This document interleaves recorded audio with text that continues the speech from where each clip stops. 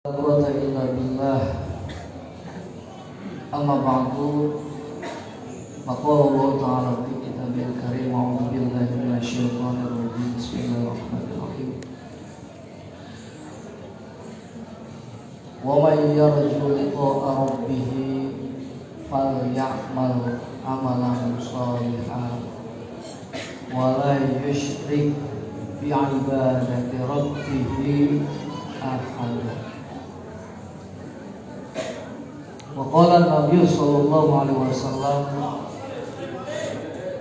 awwalu ma yuhasabu al-'abdu yaumal qiyamah as-shalah. Al-karramun, para alim ulama, para asati, para hujaj. Al-karramun, para aparatur pemerintah, Ketua RW 01 Bapak Eko Egnisiono, Ketua RT 01 Bapak Idan Khalid, serta Ketua RT 03 Bapak Nata Sumarta. Tidak lupa juga yang saya hormati dan saya muliakan para pemuda pelaksana acara Isra wal Mi'raj. Yang terakhir yang saya banggakan, jamaah pengajian acara Isra wal Mi'raj yang mudah-mudahan perkumpulan kita pada malam hari ini dijadikan perkumpulan yang mendapat cucuran rahmat dari Allah Subhanahu wa taala. Puji kita panjatkan ke Zat yang Maha Suci. Syukur kita panjatkan ke Zat yang Maha Ghafur atas dengan nikmatnya. Alhamdulillah, pada malam hari ini kita berkumpul dalam rangka Isra wal Mi'raj. Mudah-mudahan perkumpulan kita ini dicatat sebagai amal soleh oleh Allah Subhanahu wa taala. Salawat serta salam semoga selalu tercurah untuk makhluk yang paling mulia sealam dunia, yaitu Nabi besar Muhammad sallallahu alaihi wasallam. Para hadirin jamaah yang insyaallah dirahmati oleh Allah Subhanahu wa taala, saya emang gak panjang lebar karena saya sebenarnya gak mau kata Ustadz Cacu naik baik, enggak cukup Kiai Zuhri Fauzi, cukup aja. Tapi waktu saya ngundang ke Kiai Haji Ubaidillah Hamdan, dia punya patokan Ustadz Cacu. Ustadz Cacu punya patokan, saksinya Bapak Hadis dan Andika Mi'ad. Kata Ustadz Mu'alim Ubaidillah begini, waktu beliau kita undang hadir ke majelis taklim, saya datang rada malaman karena saya mau ada acara dulu. Jadi suruh kiai setempat yang naik duluan sambil nunggu saya datang. Nah, itu patokan Ustadz Samsul garis miring Ustadz Cacuh At-Tajuri Al-Glory Al-Jamhari ya. Itu patokannya itu ya. Karena kata Mu'alim Ubaid begini, saya mah ke Tajur enggak setahun sekali.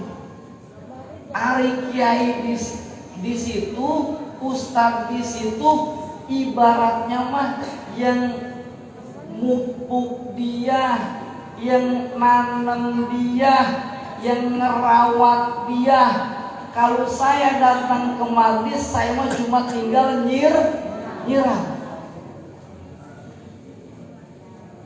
Jadi Ustaz Jajuk punya landasan nyuruh saya naik malam ini, punya landasan itu. Ya, ente dulu Kiai naik, ntar baru Kiai Zuhri Fauzi. Ya karena saya juga menyaksikan itu, ya saya kayak kalah dalil. Ya, alhamdulillah. Ya udah, makanya pada kesempatan kali ini saya nggak akan lama, hanya ya, sampai Ustaz Zuhri datang. Saya udah datang. Para hadirin jamaah yang insyaallah dirahmati oleh Allah Subhanahu wa taala, ini kita memperingati Isra wal Mi'raj.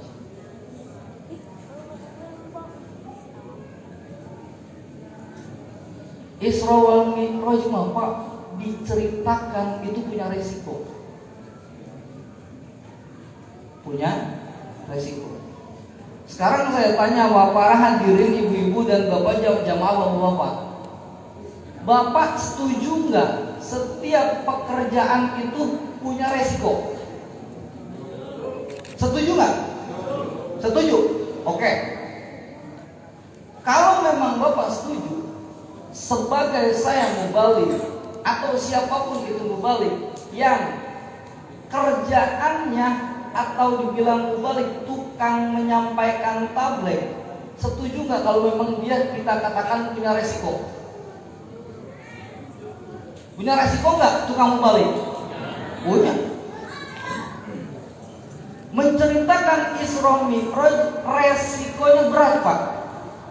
Makanya para mubalik menghindar daripada pembahasan Isra wal Mi'raj.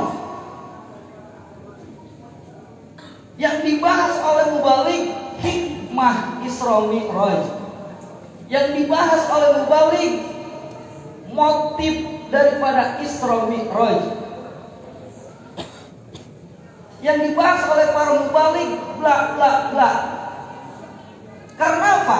Karena Isra Mi'raj mau nggak mau, Bapak suka atau nggak suka, perjalanan Kanjeng Nabi dari Mekah ke Palestina, dari Palestina naik ke Sidratul Muntaha, Bapak dituntut untuk mengerti ilmu ma'rifat ke Allah Subhanahu wa taala.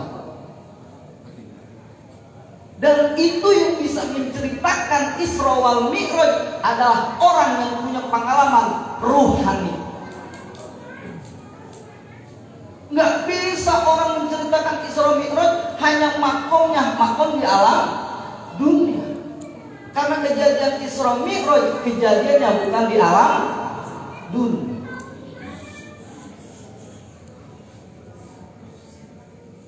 Bahkan kalau memang kita sengaja atau tidak mampu menceritakan Isra wal Mi'raj, lebih baik menghindar. Karena resikonya orang yang menceritakan Isra Mi'raj, kalau jamaahnya menekadkan bahwa Kanjeng Nabi naik ke atas ke langit bertemu dengan Allah, sampai jamaah nekadkan Allah ada di atas, tanggung jawab yang tukang ceram.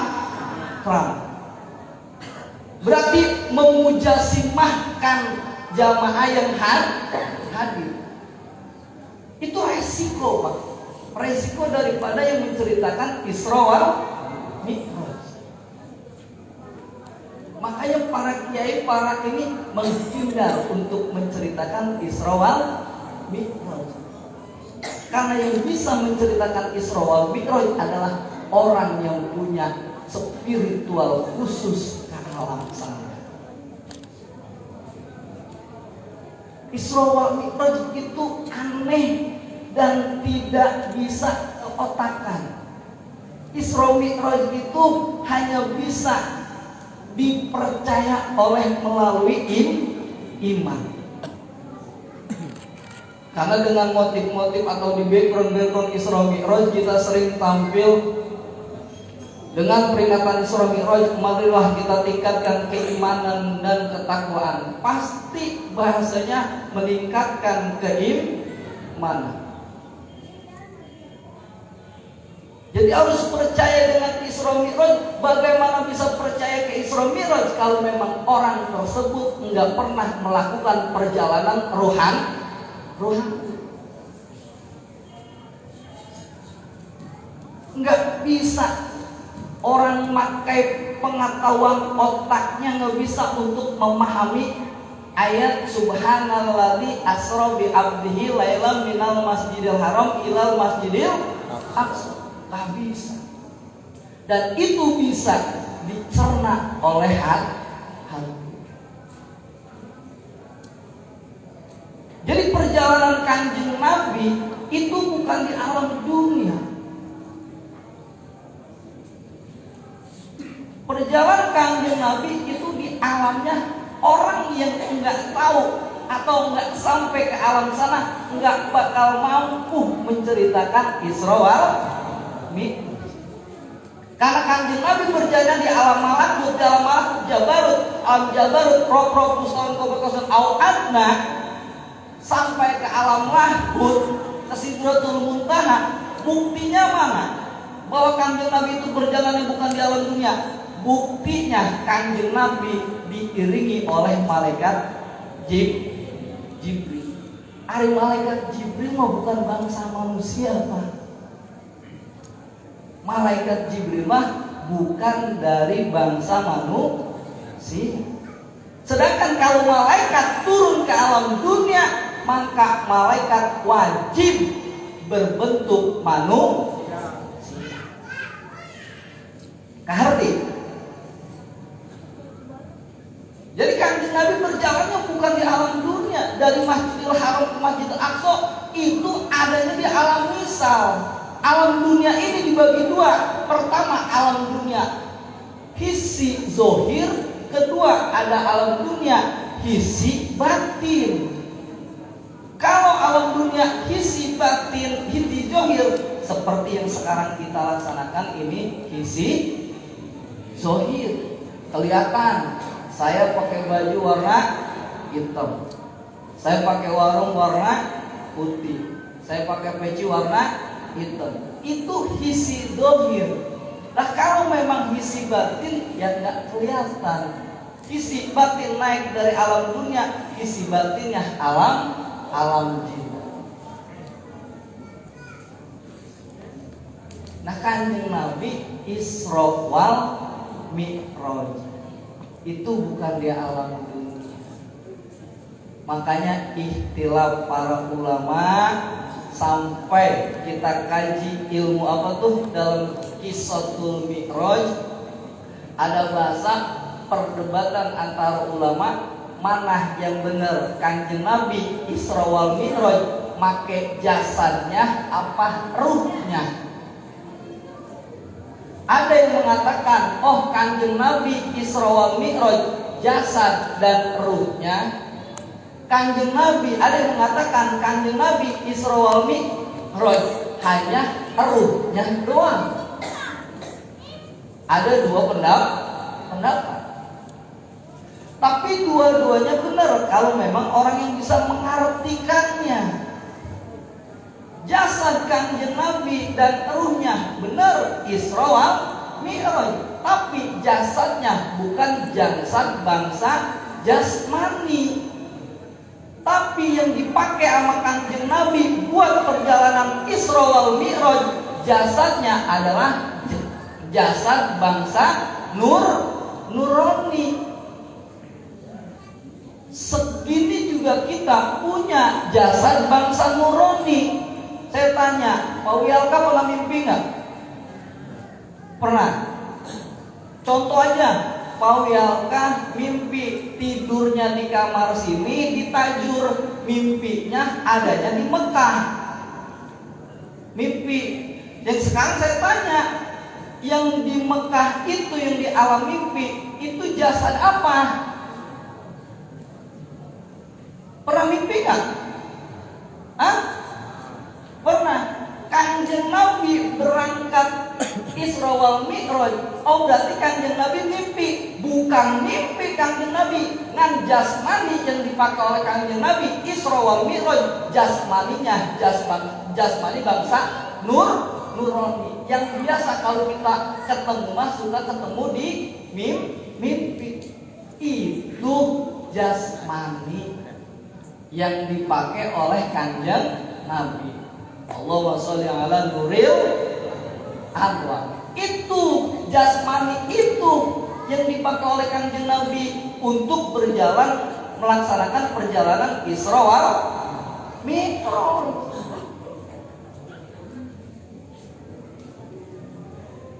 Kanjeng Nabi selalu bertemu dengan Nabi Adam, kanjeng Nabi bertemu dengan Nabi Isa, kanjeng Nabi bertemu dengan Nabi Ibrahim, kanjeng Nabi bertemu dengan Nabi Musa. Lah sekarang Nabi Musa sama Nabi Ibrahimnya ada nggak? Berarti kanjeng Nabi bertemu di alam mana? Hah? Di alam arwah. Kan cerita Isra Mi'raj begitu ya? Nabi naik ke langit pertama bertemu dengan Nabi Ibrahim terus baik.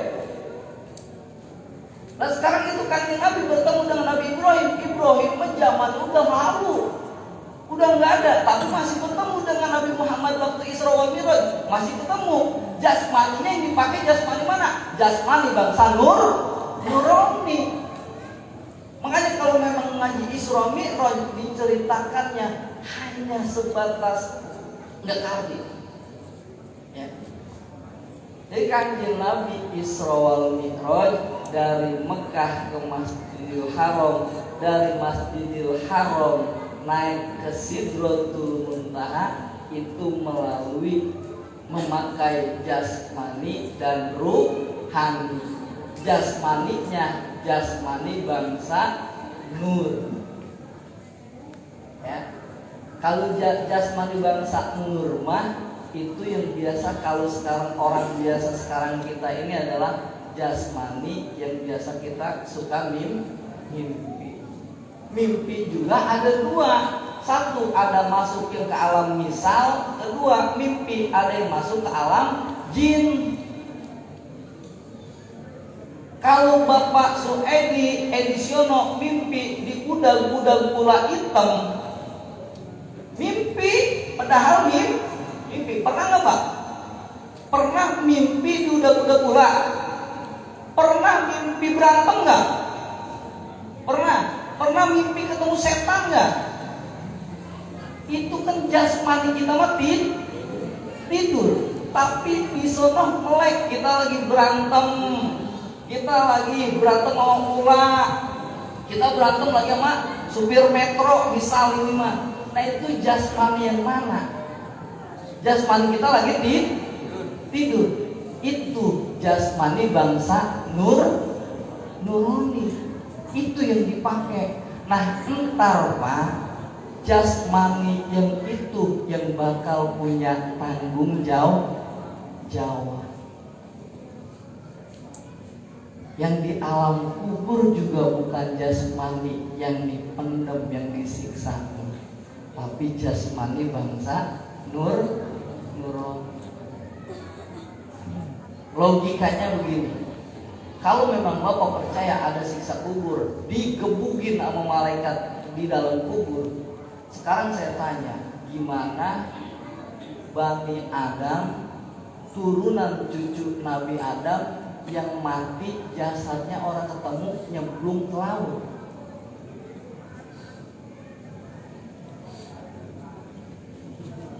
Apakah nggak disiksa? Hah? Disiksa nggak? Orang yang mati nyebur ke laut nggak ditemukan oleh tim SAR, kemudian nih orang yang matinya katakan orang tukang doraka, apakah nggak disiksa? Lantaran jasmaninya nggak ketemu. Nah itu disiksa kan jasmaninya nggak ada. Siksa laut. Sekarang jasmani mana yang bakal disiksa? Ruhaninya mana yang bakal disiksa? Yang ada di alam misal. Jadi itu perjalanan kanjeng Nabi Isra wal Mi'raj. Harus paham step by stepnya. Kadang-kadang memang punya resiko kita menceritakan. Kalau memang kita menceritakan Isra Mi'raj, naik dari dari Masjidil Haram ke Masjidil Aqsa, kemudian dari Masjidil Aqsa kanjeng Nabi diangkat naik ke langit sampai ke langit ke-7, kemudian jamaah menekankan bahwa Kanjeng Nabi Allah bertemu Allah di atas langit, maka tanggung jawab itu kan karena kayak memujasimahkan jamaah berarti Allah punya tempat. Allah punya tempatnya di atas. Sekarang kalau memang kita menekatkan Allah di atas, dosa nggak? Dosa. Allah ada di bawah, dosa nggak? Dosa. Makanya punya resiko Pak menceritakan Isra Mi'raj. Dan selama ini kita disuguhkan begitu. Makanya saya perhatikan, makanya menghindar daripada kajian perjalanan Isra wal Mi'raj. Karena yang punya cerita itu adalah orang yang mengalami perjalanan tersebut dari alam mulki ke alam malakut, ke alam jabarut, roh musawan qobal qausain au adna. Ruhaninya yang jalan ke alam sana sampai bertemu dengan Allah Subhanahu wa ta'ala. Itulah perjalanan Isra wal Mi'raj. Tapi kalau kita nggak mampu untuk nembus rohani ke sana, jangan menceritakan perjalanan Kanjeng Nabi Isra wal Mi'raj. Ambil aja hikmah daripada Isra wal Mi'raj. Daripada kita punya nanggung resiko menceritakan Isra Mi'raj, tetapi pulang Isra Mi'raj jamaah semua jadi kaum mujasimah yang menjisimkan Allah Subhanahu wa ta'ala. Kayak kalau memang kita tekadkan Allah ada di atas, berarti yang namanya jisim itu butuh tempat. Yang namanya jisim itu butuh tempat. Mau di bawah, mau di atas, mau di tengah, mau di pinggir kanan, mau di pinggir kiri, itu jisim. Kalau memang kita menekatkan Allah di atas, berarti Allah jisim. Makanya itulah kajian daripada Isra Mi'raj. Ya. Jadi para hadirin jamaah yang insyaallah dirahmati Allah Subhanahu wa taala, saya hanya mengingatkan untuk kita bagaimana menyikapinya. Untuk kita menyikapi daripada kejadian Isra Mi'raj, cukup dengan percaya bahwa Kanjeng Nabi berjalan dari Masjidil Haram sampai ke Masjidil Aqsa, kemudian bertemu dengan Allah Subhanahu wa ta'ala. Cukup bagi orang awam sampai di situ. Nggak usah digali itu Kanjeng Nabi naik apaan. Naiknya naik buruk katanya. Apakah ngacong ke atas ke sono gitu, nyampe tembus ke langit ke atas sampai langit ke-7? Enggak. Karena di alam malaikat enggak akan ada jasmani seperti alam dunia. Enggak ada. Apalagi kita Kanjeng Nabi bertemu dengan Allah menggunakan jasmani yang ada di alam dunia. Enggak mungkin.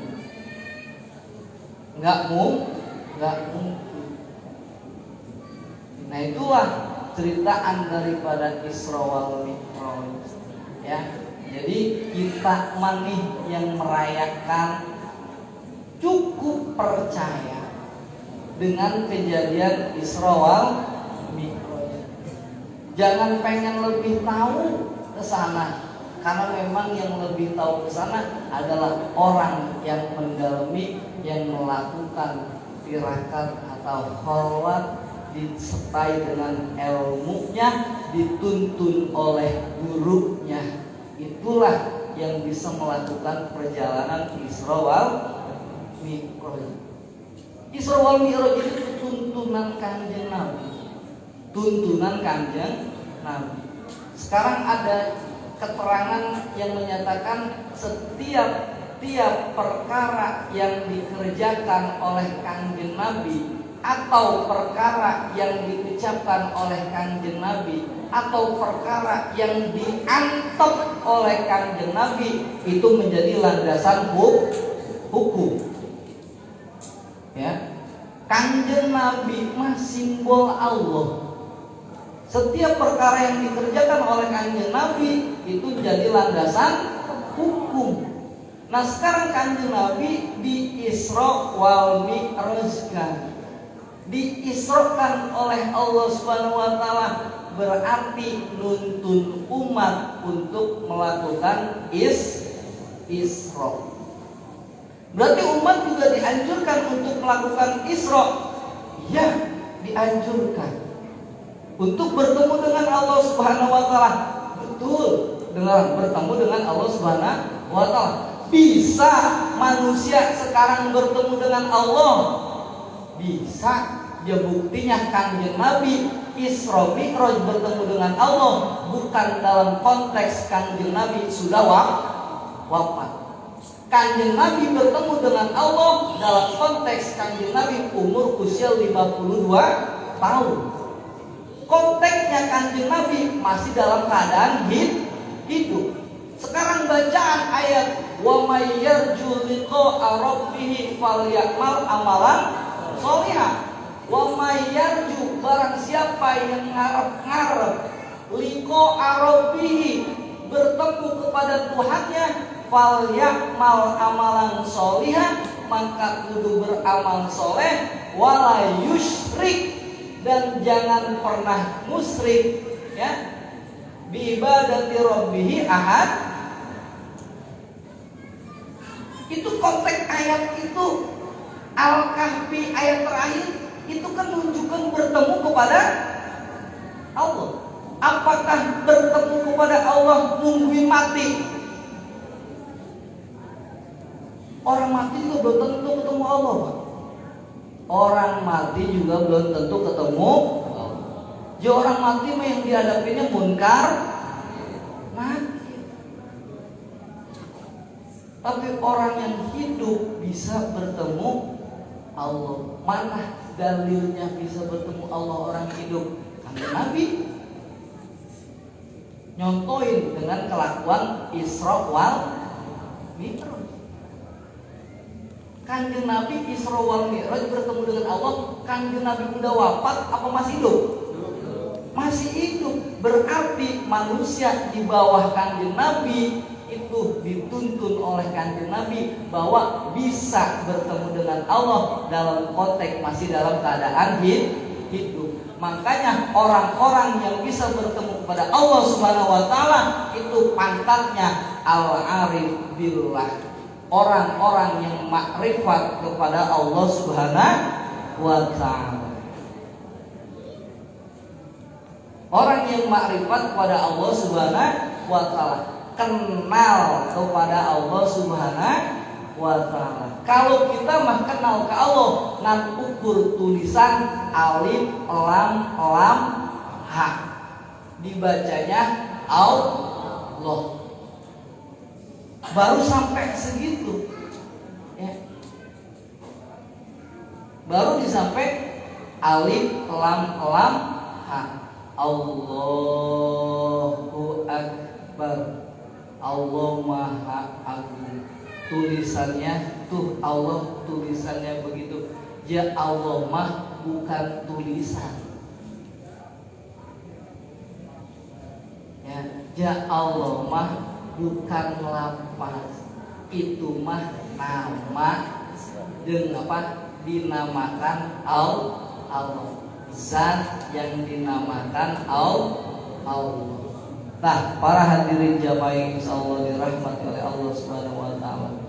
Ya, jadi Isra wal Mi'raj cukup bagi kita yang awam percaya, meskipun enggak ketalar oleh otak, meskipun kejadian ini mau diteliti bagaimanapun enggak bakal sampai, tapi bisa sampainya ke dalamnya ama yang dekat, yaitu dengan hati, baru sampai, Pak.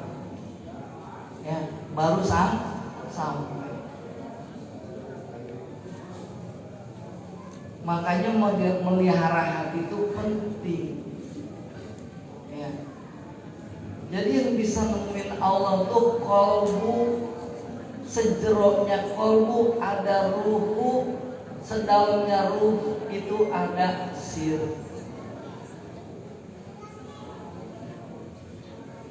Karena kolbu mah sangat luar biasa. Yang tadi kata Pak Ustadz Maman Supriya, kolbu mah bolak-balik, kadang sholat, kadang enggak, kadang mau benar, kadang mau jahat, ya, kadang mau ke rumah janda, juga kadang enggak, kadang-kadang itu namanya kolbu. Makanya disebut kolbu itu kolam, artinya bolak-balik. Nah itulah para hadirin Isra wal Mi'raj yang kita peringatkan pada hari ini. Seharusnya kalau bagi saya tidak cukup untuk dilabelkan untuk meningkatkan keimanan. Kalau bagi saya kita memperingatkan Isra wal Mi'raj cukup untuk mensyiarkan. Cukup untuk mensyiarkan. Dapat pahala, dapat. Mensyiarkan kejadian yang sangat bersejarah pada tanggal 27 Rajab. Di antara begini panitia kalau ikhlas dapat pahala, bukan diukur dengan keimanannya, bukan. Tapi dengan semangat syiarnya. Panitia juga yang panitia juga gitu ya. Ustaz Buki keimanannya gitu, bukan ukur dari keimanannya, tapi ukur daripada syiarnya agama Allah Subhanahu wa Ta'ala. Dan ini kita melaksanakan Isra wal Mi'raj di bulan Rajab, di bulan Roah. Ini udah bulan Rajab, bulan Roah. Lagi acaranya juga cakep, Roahan Akbar. Roah itu diambil dari kata ha. Kalau bahasa Arabnya ruh, bener nggak? Roah itu diambil dari kata ha.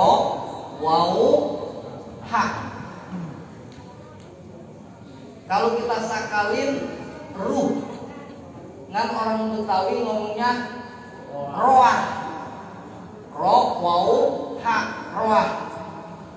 Itu bulan disebut bulan Roah, dalam Islamnya disebut bulan Sa'ban. Orang kita punya arti. Mau tahu artinya? Kenapa itu disebut bulan Roah, bulan Ruh? Sebelum mundur sebulan ke belakang, kita punya bulan namanya bulan Rajab. Buka dalam kitab.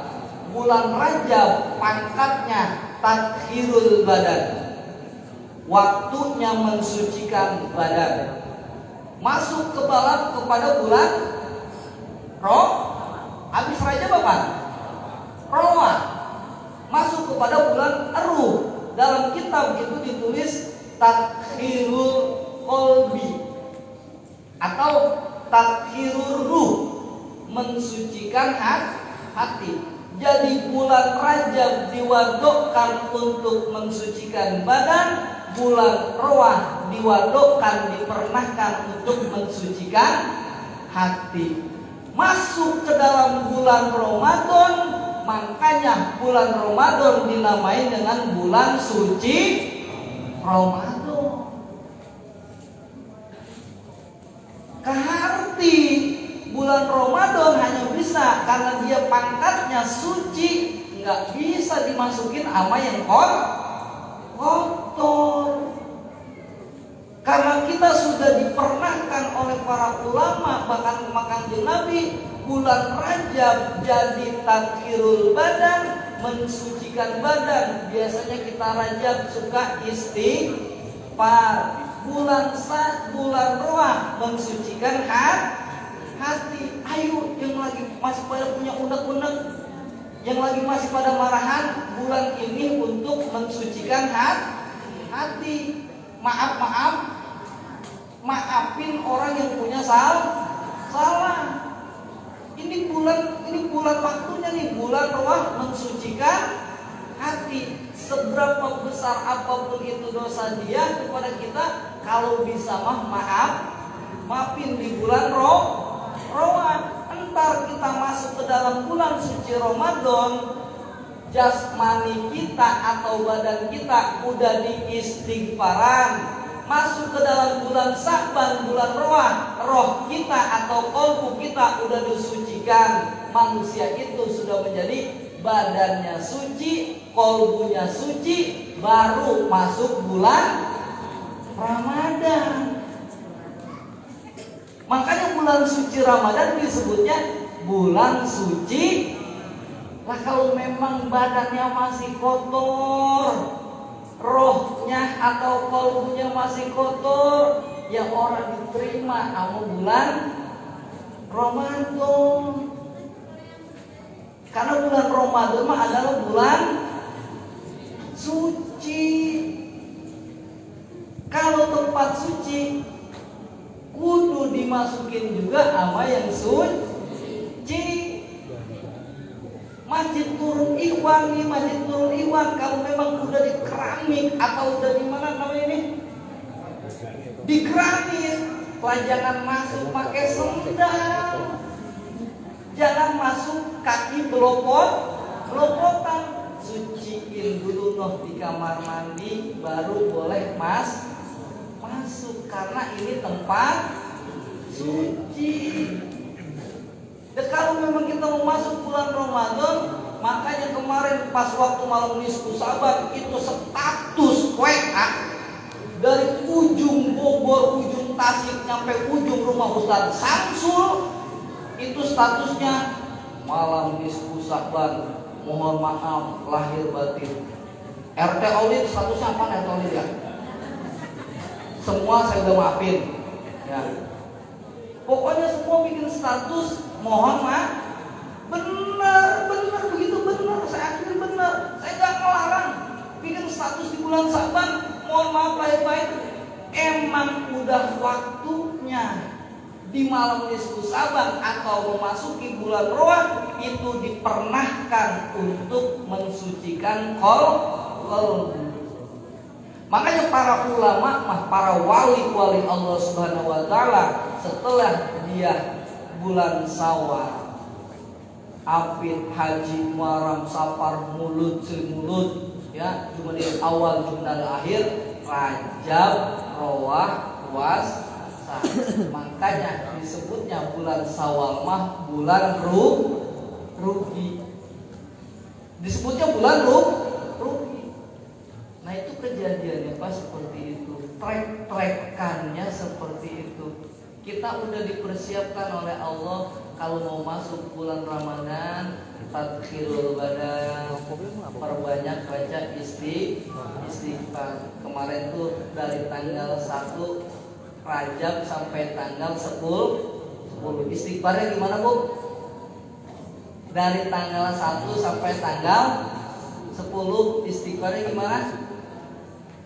Kalau bulan Rajab dari tanggal 10 ke 20, dari 20 ke 30 itu kan ada wiridannya itu. Ya, ada amal-amalannya. Di antaranya adalah istighfar. Nah, di bulan Ramadan, bulan Sa'ban ini kudu mensucikan qalbu. Makanya sama orang dulu dinamainya bukan bulan Sa'ban di tajur mah, tapi bulan Ramadan. Bukan mengartikan nih rohan kita ngirimin arwah, itu juga baik. Ngan bagi yang hidup mah ngartiin masuk bulan Ramadan itu untuk mensucikan qalbu, mempersiapkan untuk memasuki bulan Ramadan. Entar kalau memang dia menjalankan Rajab tadkhirul badan, Sya'ban tadkhirul qalbi, udah suci badan, suci hati, maka masuk ke bulan Ramadan udah enak. Masuklah dia di dalam pengampunan Allah Subhanahu wa ta'ala. Makanya dilipat gandakanlah kebaikannya pada bulan Ramadan. Ya, begitu ya. Berat. Hah? Terus menang metan double. Enggak, kata lu udah nungguin gitu, ya.